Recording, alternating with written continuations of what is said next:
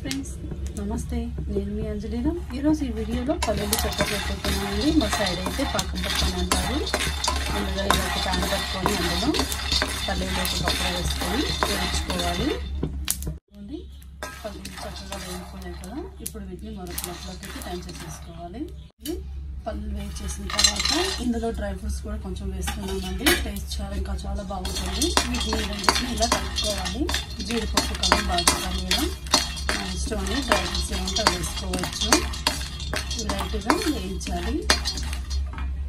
Dry fruits కూడా ఇలా వేయించి పక్క తీసి పెట్టేసుకున్నాను. ఇప్పుడు మనం ప్యాన్ పెట్టేసుకొని ఇందులో 1 కప్ దాకా బెల్లం వేసేయండి. మనం కాఫీ తాగుతాం కదా, వాటర్ కూడా లైట్గా కాసుకోండి.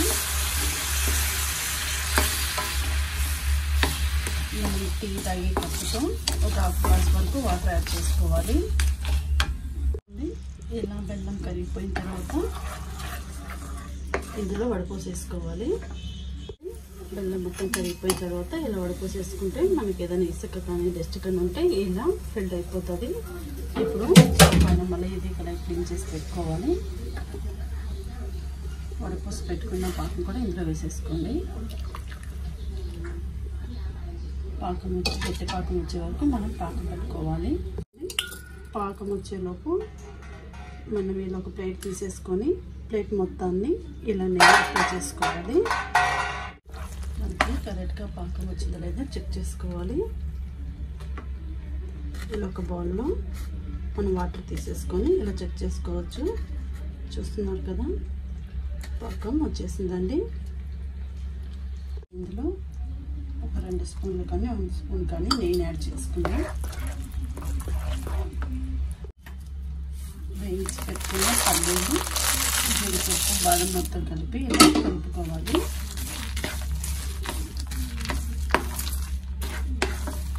ఇలా మొత్తంగా కలిపేసుకొని మనం నెయ్యి రాసి పెట్టుకున్నాం కదా, నెయ్యి రాసి పెట్టుకున్న ప్లేట్లోకి టర్న్ చేసేసుకోవాలి. ఇలా ప్లేట్లోకి తీసేసుకొని మనకి ఇట్లా గిన్నెకి నెయ్యి రాసి పెట్టేసుకొని వీటిని ఇలా ఈక్వల్గా స్ప్రెడ్ చేసుకోవాలి.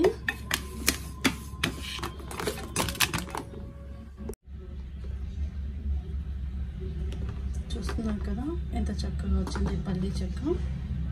మరి ఈ వీడియో మీకు నచ్చినట్లయితే ఈక్వల్గా ఇలా ప్లేట్లోకి తీసుకొని చల్లారే వరకు ఇలా ప్లేట్లోకి తీసుకొని మనం చల్లారి పెట్టుకోవాలి. పూర్తిగా చల్లారిపోయిన తర్వాత వీటిని మనం కట్ చేసుకోవచ్చు.